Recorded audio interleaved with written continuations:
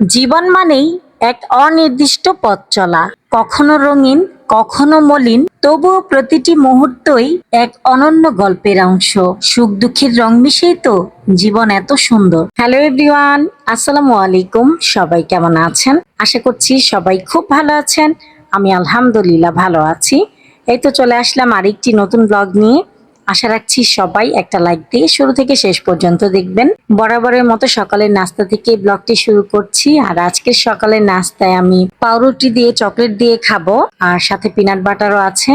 মানে শর্টকাট নাস্তা আর কি। আজকে মন চাচ্ছে না যে রুটি পরোটা বানাই, আর বাচ্চারাও খেতে চাচ্ছে যে চকলেট দিয়ে খাবে। এটা গতকাল রাতে আনা হয়েছে। আমি পাউরুটিটাকে তাওয়াতে একটু ভালো মতো সুন্দর করে সেঁকে নিয়েছি, এরকম ব্রাউন কালার করে নামিয়ে নিয়েছি। এখন 2 পিস পাউরুটিতে আমি চকলেট দিব, মানে লিকুইড চকলেট দিব নিউটেলা, আর 2 পিস পাউরুটিতে আমি পিনাট বাটার দিব। সবার নাস্তা খাওয়া হয়ে গেছে, এখন আমি আর মেয়ে খাবো। তো এখান থেকে একটা একটা করে আমি নিব, মানে চকলেটেরটা আমি একটা নিব আর পিনাট বাটারেরটা একটা নিব, আর মেয়েকেও এভাবে দিব। আর সাথে তো দুধ চা আছেই। আচ্ছা বলেন তো আপু ভাইয়ারা, আপনারা কে কোথা থেকে আমার ভিডিওটি দেখছেন, আর আমার ভিডিও আপনাদের কাছে কেমন লাগে কমেন্টের মাধ্যমে কিন্তু জানাতে ভুলবেন না।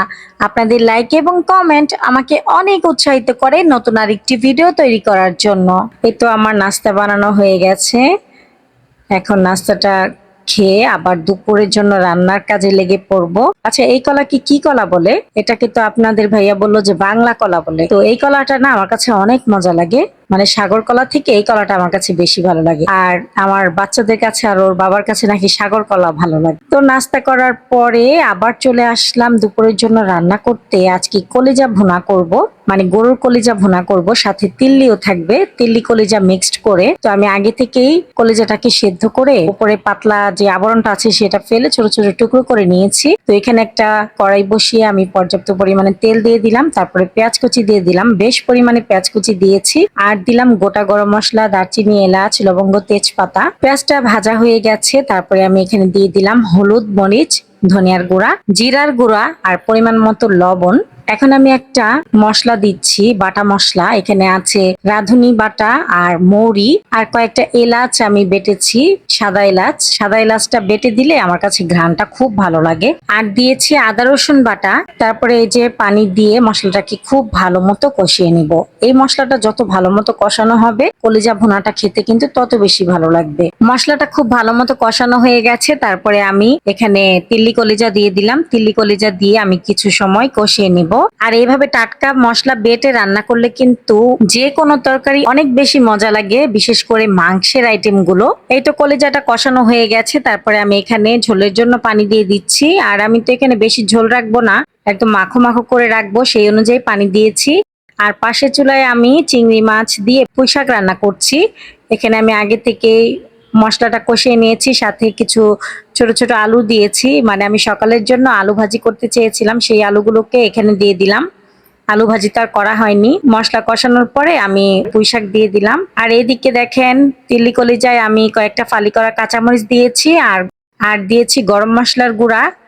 এভাবে যখন তেলটা পুরোপুরি ছেড়ে দিবে তখনই কিন্তু তিল্লি কলিজা ভুনা হয়ে যাবে। এই কলিজা ভুনাটা খুবই মজা হয়েছিল। আর এইদিকে পুঁই শাকের তরকারিটাও রান্না হয়ে গেছে, আর সাথে ছিল পাতলা মসুরির ডাল, আলহামদুলিল্লাহ। আর দুপুরের খাওয়া দাওয়ার ভিডিও আর করা হয়নি।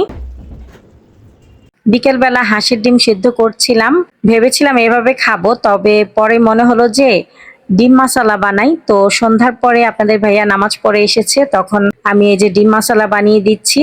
5টা ডিম সিদ্ধ করেছি, আর শসা কুচি, পেঁয়াজ কুচি, কাঁচামরিচ কুচি, পরিমাণ মতো লবণ, কাসুন্দি আর টমেটো সস দিয়ে খুব ভালো মতো মেখে নিচ্ছি। আমার কাছে ডিম মশলা খুবই মজা লাগে, এমনিতে ডিম খেতে ততটা ভালো লাগে না। আর হাঁসের ডিম আমি তেমন একটা খেতে পছন্দ করি না। ডিমটাকে আমি কিন্তু পুরোপুরি সিদ্ধ করিনি, হাফ বয়েল করে নিয়েছিলাম। তো উপর থেকে আমি সালাদটা দিয়ে দিলাম, আর দিয়ে দিচ্ছি তেঁতুলের চাটনি। আলহামদুলিল্লাহ খুবই মজা হয়েছিল। ভিডিওটি ভালো লাগলে প্লিজ একটি লাইক দিবেন। ভিডিও সংক্রান্ত কোনো মতামত থাকলে কমেন্টের মাধ্যমে জানাতে পারেন। আজকের মতো ভিডিওটি এ পর্যন্তই। আল্লাহ হাফেজ, আসসালামু আলাইকুম। আমাকে সাপোর্ট করার জন্য আমার ভিডিওটি চাইলে একটা শেয়ার করে দিতে পারেন।